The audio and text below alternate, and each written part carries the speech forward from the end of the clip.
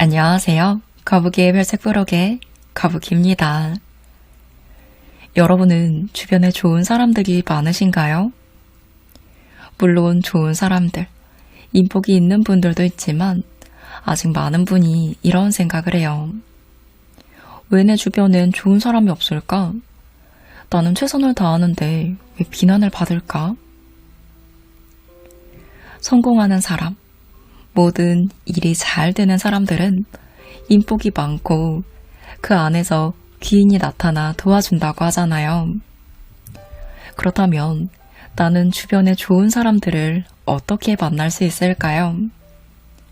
오늘은 주변에 좋은 사람이 넘쳐나는 비결을 심희정 저자의 예쁘게 말을 하니 좋은 사람들이 왔다와 함께 이야기해 볼게요.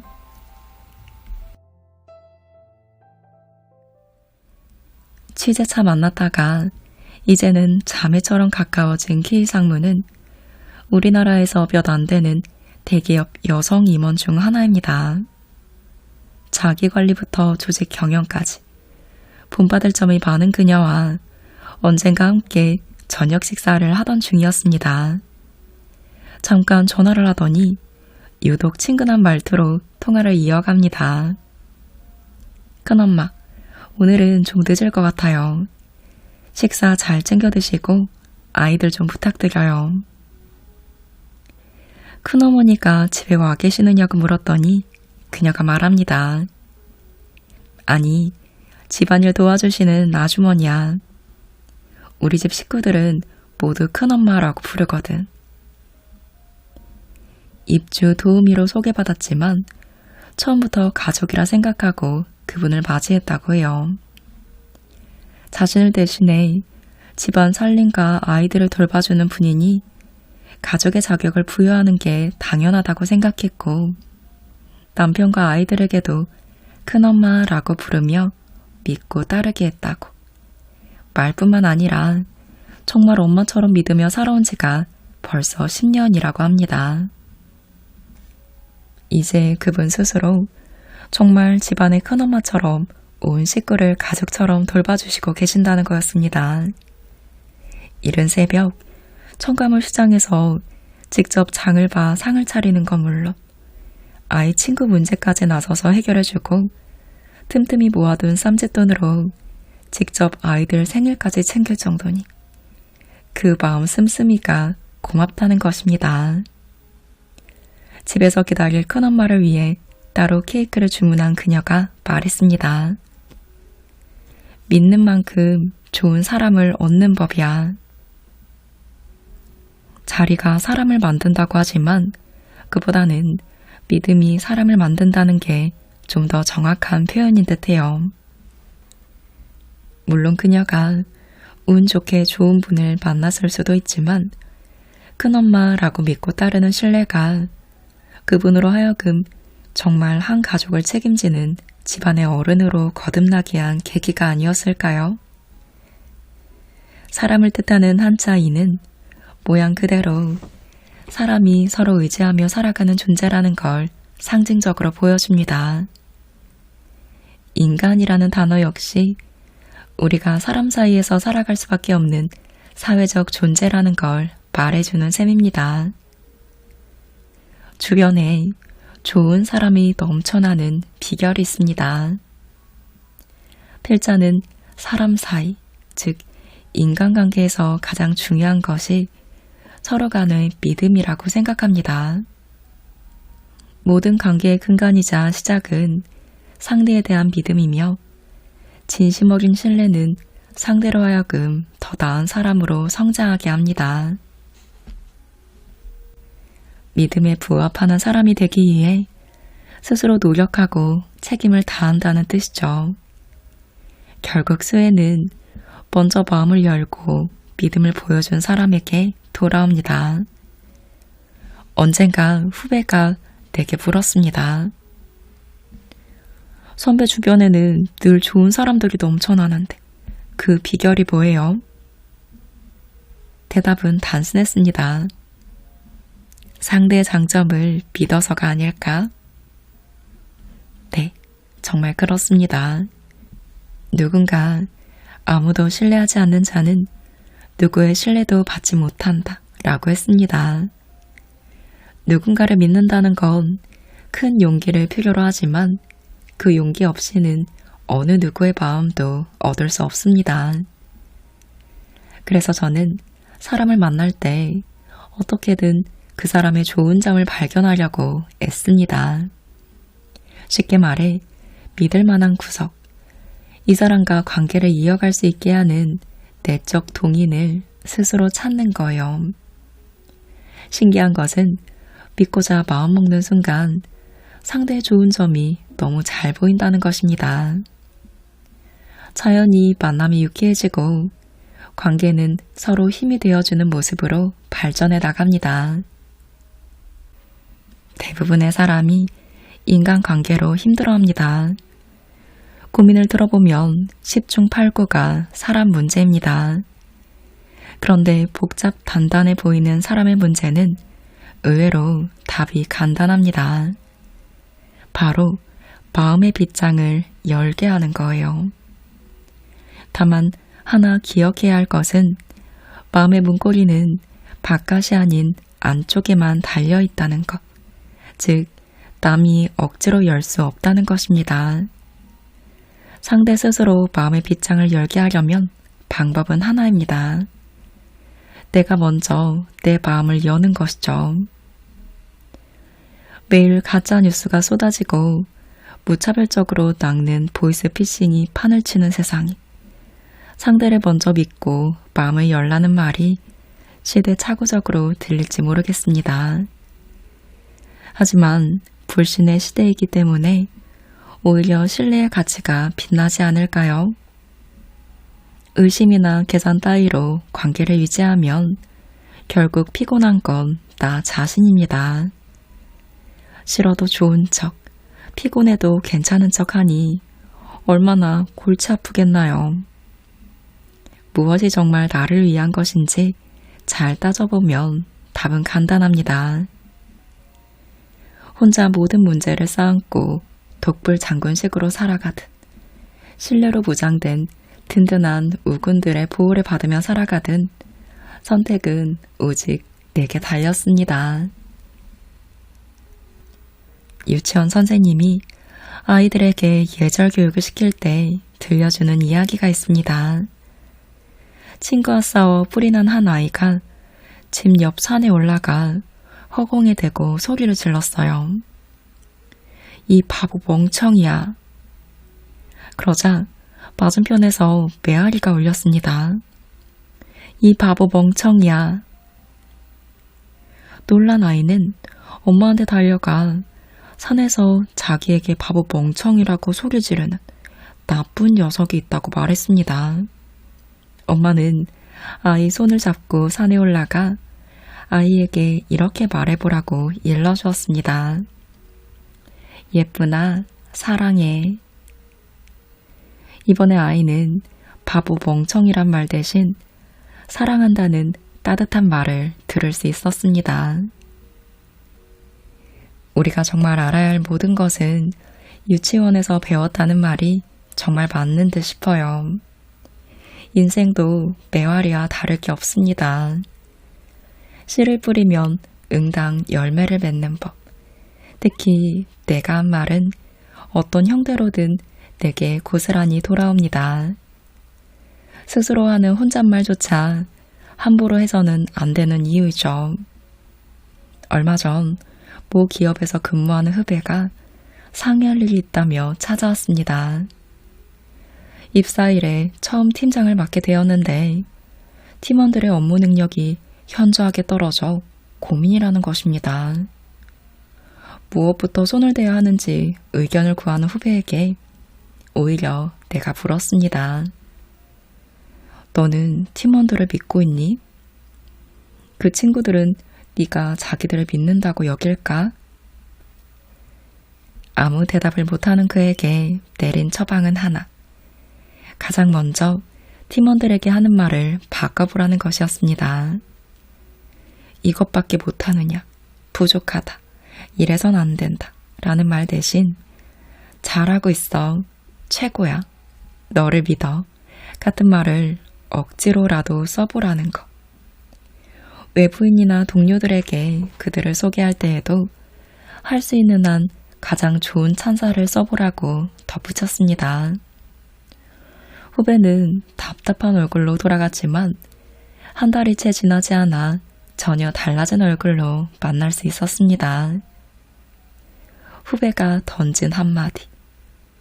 선배가 왜 말부터 바꾸라고 하셨는지 알겠어요.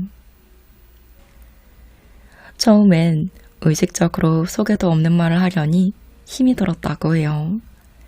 하지만 얼굴에 철판을 깔고 계속 좋은 말을 쓰다 보니 그 말들이 다시 되돌아왔다고 합니다. 잘하고 있다는 말을 들은 후배들은 시키지도 않은 일을 나서서 하기도 하고 손발이 오그라들지만 애써 최해야 한다, 즉 최고로 애정한다 라는 말을 전했더니 사랑에 보답하도록 열심히 해보겠다는 답신이 돌아오기도 했습니다. 또 하나, 동료나 외부 사람들에게 후배들을 최고의 드림팀이라며 한껏 추켜 세웠다고 해요. 그 결과 그때까지 본척만 척 하던 사람들조차 자신의 팀을 눈여겨보기 시작했고 부지불식간에 정예 멤버로 회자되기에 이르렀다는 것입니다. 그간의 일을 신나서 설명하던 후배가 마지막으로 한마디 했습니다. 정말 신기한 건 나 스스로 팀원들을 믿게 되었다는 거예요. 그게 제일 좋아요. 이제는 다른 팀에서도 부러워하는 최강의 팀이 되었어요. 말을 바꿔보라고 제안했을 때 그 의도가 이것이었습니다. 말이라는 것이 참 놀라워서 상대는 물론 그 말을 한 당사자조차 변화시킵니다. 말 자체가 내가 처한 현실에 그대로 투영되어 내 마음까지 바꿔놓는 것입니다. 이런 현상을 심리학에선 자기 충족적 예언이라고 하는데요. 이와 관련해 사회학자 윌리엄 토머스는 사람이 어떤 상황을 말로 규정해버리면 그 결과에서 그 상황이 실제가 된다 라고 말합니다. 사람은 객관적인 상황에 반응하는 것이 아니라 자신이 해석한 상황에 반응하기 마련이고 그 반응들이 모이면 자기가 해석한 그대로 상황이 전개된다는 것입니다. 생각해보세요. 내 입에서 나온 말을 가장 먼저 듣는 게 누구일까요? 상대에게 가기 전에 그 말을 가장 먼저 듣는 건 다름 아닌 나 자신입니다. 그래서 내가 하는 말은 그 말을 들은 상대뿐만 아니라 말을 직접 하는 당사자의 몸과 마음에 가장 먼저 영향을 줍니다.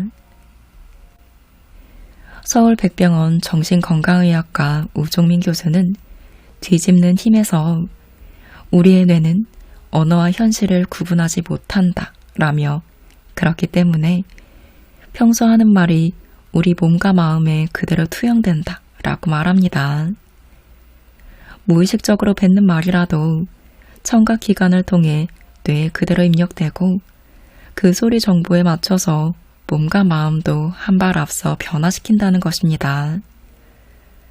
만일 누군가에게 사랑해, 잘하고 있어, 최고야, 멋져 라는 말을 계속하면 그 예언이 상대의 행동에 강력한 동기부여가 되어 변화를 일으키는 것은 물론 그 말을 한 자신 역시 상대를 사랑스러운 사람, 잘하는 사람, 최고인 사람, 멋진 사람으로 인식하게 됩니다. 그래서 필자는 의식적으로 누군가를 부를 때 사랑하는 누구님, 존경하는 누구님, 능력 있는 누구씨, 애정하는 누구야 라는 표현을 씁니다. 이런 수식어를 다는 재미는 쏠쏠합니다. 상대의 특징과 장점을 콕 찍어야 하니 관찰력도 생기죠. 물론 듣는 상대의 성향과 지위 고하에 따라 수식어 첨가 여부도 달라지긴 하지만 처음 쑥스러워하던 이들도 듣다 보면 익숙한지 나와 같은 언어를 쓰기 시작합니다. 착한 누구, 웃을 때 예쁜 누구, 든든한 막내 누구 등 수식어는 떠올려지는 상대의 느낌에 따라 다양하게 변주해 볼 수 있습니다. 휴대전화나 컴퓨터 메신저에 저장해 놓은 이름들도 하나같이 예쁘고 좋은 수식어를 달아놓았습니다. 좋은 감정을 불러일으키는 이모티콘도 이름 앞뒤에 한가득 붙여두었죠. 말을 하든 메신저를 하든 가장 먼저 접하는 건 다름 아닌다. 효과는 놀라워서 자꾸 그런 말을 보고 들으니 일단 내 안에서 상대를 긍정적으로 세뇌하게 됩니다. 당연히 갈등이 생길 일이 줄어들고 오히려 시너지 효과가 나죠. 더욱 내가 그대로 사용한 수식어는 또 나에게 붙여져 돌아왔습니다. 사랑하는 희정님, 존경하는 부장님. 결국 내가 뱉은 말의 가장 큰 수혜자는 나 자신인 셈입니다. 내가 한 말이 어떤 변화를 가져오는지 한번 확인해 보세요. 생각보다 변화의 파장은 큽니다. 주는 사람이 성공합니다. 꽤 오래 알고 지낸 자산가가 있어요. 서울에서 가장 비싸다는 강남의 주상복합 아파트에서 남부럽지 않게 잘 살고 있는 그는 사실 평범한 샐러리맨입니다.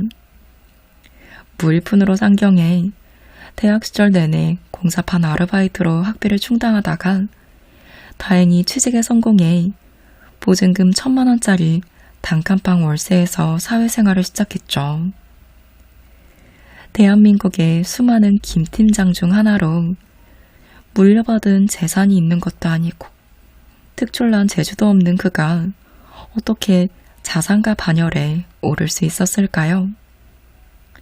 비결을 묻는 이들에게 그는 이렇게 말합니다. 나 혼자 돈 벌 생각을 하기 전에 어떻게 남을 도울 수 있을까를 고민하다 보니 저절로 돈이 따라왔습니다. 돌멩이 하나를 보고도 저 돌멩이가 누구한테 가면 도움이 될지 먼저 생각했죠. 김 팀장의 별명은 지니입니다. 알라딘과 요술램프에 등장하는 램프의 요정 지니처럼 그는 늘 주변 사람들로부터 이런저런 요청을 받고 어떻게든 그 일을 해결해주기 위해 동분서주합니다. 사업 제안서 초안을 직접 잡아주는 등 남의 일을 자기 일처럼 고민하는 것은 물론이고 새로운 인맥이 생길 때면 그 사람을 위해 자신이 무엇을 할 수 있을지를 궁리해 지인들을 적극적으로 연결해 줍니다. 그런데 아무런 연결고리가 없는 듯 보이는 사람들을 한데 모아 합심케 하는 과정에서 예기치 않은 비즈니스 모델이 우후죽순으로 생겨났고 그중 몇 개가 살아남아 적지 않은 수익을 내고 있습니다. 김 팀장의 역할은 그저 교량을 만들어준 코디네이터 정도였지만 애초에 그가 없었더라면 성사되지 않았을 일들이었습니다. 그렇게 궤도에 오른 사업이 벌써 5개가 넘는데 한 아이템당 평균 몇백만 원씩의 수익을 가져다 주니 매달 받는 회사 월급은 그저 용돈 수준이 되어버렸습니다. 신기한 것은 애초에 계산하면서 남을 도와주는 것이 아니라는 거예요. 할 수 있는 데에서 최선을 다해 돕고는 자기가 도왔다는 사실조차 잊고 지냈는데 그렇게 도움을 받는 이들이 꼭 자신을 다시 찾더랍니다. 흥부에게 박씨를 물어다 준 제비처럼 뜻하지 않은 선물을 들고 말이죠. 심리학에는 상호성의 원칙이란 것이 있습니다. 사람은 어떤 형태로든 타인에게 호의를 받으면 그에 상응하는 보답을 하려는 마음을 갖게 된다는 것인데요. 누군가에게 생일 선물을 받으면 나 역시 상대의 생일을 기억했다가 선물하는 것과 같은 이치입니다. 그런데 저는 이런 상호성의 원칙이 하나 주고 하나 받는 식의 단순 계산은 아니라고 봐요. 받는 걸 미리 계산하고 의도적으로 베푸는 호의를 상대가 모를 리 없으니까요. 오히려 베풀지 않느니만 못한 결과를 초래할 수도 있습니다. 대가를 바라지 않는 호의일수록 상대에게 더 오래 강하게 지속되고 강력한 미래 의무감으로 작용하는 법입니다. 내 주변에 잘 되는 사람들을 보면 하나같이 돌아올 것을 생각하지 않고 베푸는 특징을 지녔습니다. 이왕 도울 거면 테이크는 접어두고 기부만 기억하세요. 테이크를 계산하면 지는 양보가 되지만 기부로 만족하면 이기는 양보가 됩니다. 그런 베품은 뜻하지 않은 수확이 되어 돌아오고 그렇게 채워진 곳간에선 더 큰 인심이 생겨납니다. 선의의 베품이 만들어내는 선순환인 셈인 것이죠. 거창할 필요도 없습니다. 시작은 그저 내가 할 수 있는 작은 일 하나면 족합니다. 기억도 못할 작은 일 하나로 좋은 일이 생겨나는 기쁨을 경험해보지 않은 사람은 모르니 꼭 경험해보시면 좋겠습니다. 심리학자 에이브레 메슬로는 가진 연장이 방치밖에 없다면 모든 문제를 못으로 보게 된다 라고 했습니다. 말도 그렇습니다. 나쁘고 거친 말, 부정적인 말만 해버릇하다 보면 세상 모든 일이 벽처럼 느껴지고 내게 닥친 문제가 고달프고 힘들게만 보입니다. 습관적으로 쓰는 말이 결국 생각을 지배하게 되는 것이죠. 당연히 주변 사람들도 부정적으로 바라보게 되고 서로 힘이 되는 좋은 관계를 구축해 갈 수 없습니다. 매사에 거칠고 부정적인 말만 쓰는 사람과 누가 함께하고 싶을까요? 그래서 필자는 후배들에게 종종 말합니다. 내가 남에게 듣고 싶은 말, 따뜻하고 친절한 말들을 열심히 연습해 먼저 써보라고요. 망치처럼 남의 가슴에 대못 박는 말 대신 솜털처럼 따뜻한 말, 듣자마자 에너지가 솟는 비타민 같은 말을 먼저 던져보라고 말이에요. 문제는 머리로는 알겠는데 실생활에서 직접 입을 떼기가 쉽지 않다는 겁니다. 대부분 책이나 영화에서 보던 낯간지러운 말을 어떻게 대놓고 쓰느냐며 고개를 젓습니다. 살면서 부인에게 사랑해 라는 말을 단 한 번도 해본 적이 없다는 노년의 어느 CEO를 만난 적도 있습니다. 하지만 필자의 경험에 비춰보자면 못해서 안 하는 게 아니라 안 해봐서 못하는 겁니다. 내가 잘할 수 있는 말을 찾아 훈련하듯 계속 쓰다 보면 어느새 입에 붙고 이를 듣는 사람도 자연스럽게 받아들이게 됩니다. 앞서 말했듯 외국어를 처음 배워 말하는 사람처럼 말이죠. 지금 주로 이용하는 것은 매일 사용하는 모바일 메신저 창, 카톡 대문인데요. 깨어있는 동안 늘 지니고 있는 휴대전화의 카톡창은 나 자신에게 주는 격려의 말, 내가 기억해야 할 말들이 눈에 띄게 도배되어 있습니다. 무심코 대화창을 열었을 때 내 눈에 가장 먼저 띄게 하기 위해서입니다.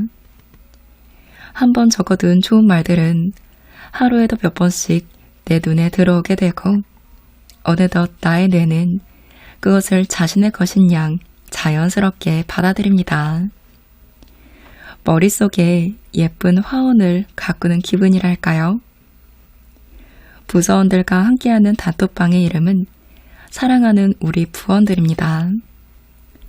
사랑하는 이라는 수식어를 보는 순간 마음이 한결 너그러워지고 매일 보는 팀원들의 안부를 묻고 싶어집니다. 행여 일적인 문제로 추궁할 일이 있어도 이미 사랑이라는 단어 하나 때문에 마음이 한결 부드러워진 터라 같은 말이더라도 더 곱고 조심스러운 말로 전달하게 됩니다.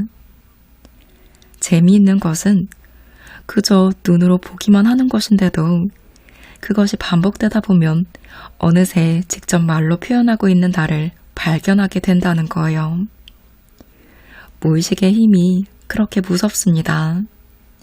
관건은 같은 내용이더라도 내게 맞는 표현을 찾는 것입니다.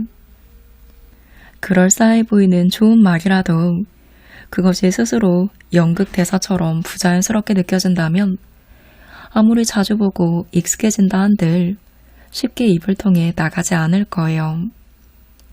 사랑이라는 말이 내 입에 붙기에 너무 거리감이 느껴진다면 마음을 전할 수 있는 다른 말로 대체하는 것도 좋은 방법입니다. 아는 후배는 사랑해 라는 말 대신 애정해, 최애하는 I love you 등 약간의 유머를 섞은 표현을 자기만의 말 습관으로 익히기도 했습니다. 아마 처음에는 주변 사람들의 당황하는 반응을 보게 될지 모릅니다. 저도 그랬으니까요. 긴장된 침묵이 흐르는 삭막한 신문사 편집국에서 이것과 어울리지 않은 달달한 언어를 남발하니 이건 몽미? 라는 표정만 돌아오는 일도 있었고 내가 가식적이라며 수군대는 사람도 있었습니다.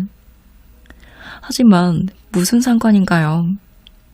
나는 아름다운 말을 내가 들어줬고 곱고 좋은 말을 받아들이지 못하는 건 결국 상대의 손해일 뿐일 텐데요. 그리고 시간이 걸릴지라도 진심은 결국 통하는 법입니다. 그 후로 몇 년이 지나 한 선배가 내게 말했습니다. 너는 입에 천사가 있구나. 깜짝 놀랄 만큼 과분한 칭찬이지만 그간의 노력이 헛되지 않은 듯해 마음이 뿌듯했죠. 좋은 말을 배워보겠다며 나처럼 휴대전화에 고운 말들을 기록해두는 친구들도 여러 생겼습니다. 인생이 뜻대로 풀리지 않는다면 가장 먼저 내가 가진 말의 연장을 점검해보세요. 돈이 드는 것도 시간이 드는 것도 아닙니다. 찰나의 순간 어떻게 말을 하느냐에 따라 인생의 향방이 바뀔 수도 있는 세상입니다. 그 찰나의 순간은 언제 어느 때 찾아올지 모르죠. 내가 가진 말그릇에 과연 어떤 단어, 어떤 표현들이 담겨 있는지 생각해 보세요. 마뜩지 않다면 지금부터라도 그릇을 얻고 우물물을 길어 올리듯 좋은 말, 아름다운 표현을 가려 담아야 합니다. 세상엔 딱 두 부류의 사람이 존재합니다. 말 때문에 외로운 사람, 말 때문에 행복한 사람입니다. 어느 쪽을 택할지는 오로지 내 선택에 달렸겠죠. 지금이라도 당장 휴대전화의 카톡창에 고르고 고른 예쁜 말을 담아보면 어떨까요? 잊지 마세요. 내 입에서 나간 말 한마디가 곧 내 삶이 됩니다. 오늘은 심희정 저자의 예쁘게 말을 하니 좋은 사람들이 왔다 함께 했습니다. 저자는 서울경제신문 생활산업부 부장입니다. 그녀는 기자 시절에 별명이 까칠바니일 정도로 차가웠다고 해요. 그런데 20년간 전 세계 수천 명의 리더들을 만나며 배우고 실천해 이제는 누구보다 따뜻한 소통 여왕이 되었습니다. 책에는 좋은 사람들에게 나를 데려다주는 대화법들이 정리되어 있는데요. 주로 나 자신과의 관계와 비즈니스 위주의 이야기들이 있었지만 이것을 가족이나 주위 지인들에게 적용해도 좋은 도움이 되는 꿀팁들이 많았어요. 가벼운 말 스킬이 아니라 나의 자존감을 지키며 진심을 담아 상대와 지혜롭게 소통할 수 있는 방법들이 담겨 있습니다. 그리고 내용이 참 따뜻해요. 제가 말 관련 책들을 좋아하잖아요. 이 책이 탑3 안에 들 만큼 저는 잘 읽었던 책입니다. 여러분은 말로 사람을 얻는 분이신가요? 말로 사람을 잃는 분이신가요? 여러분의 카톡엔 사랑하는 가족과 동료가 어떻게 저장되어 있으세요? 평소 어떤 예쁜 단어들을 사용하고 계시나요? 내가 하는 말은 곧 삶이 됩니다. 앞으로도 여러분 곁에 좋은 사람들만 넘치길 바라는 마음으로 오늘 영상 마무리합니다.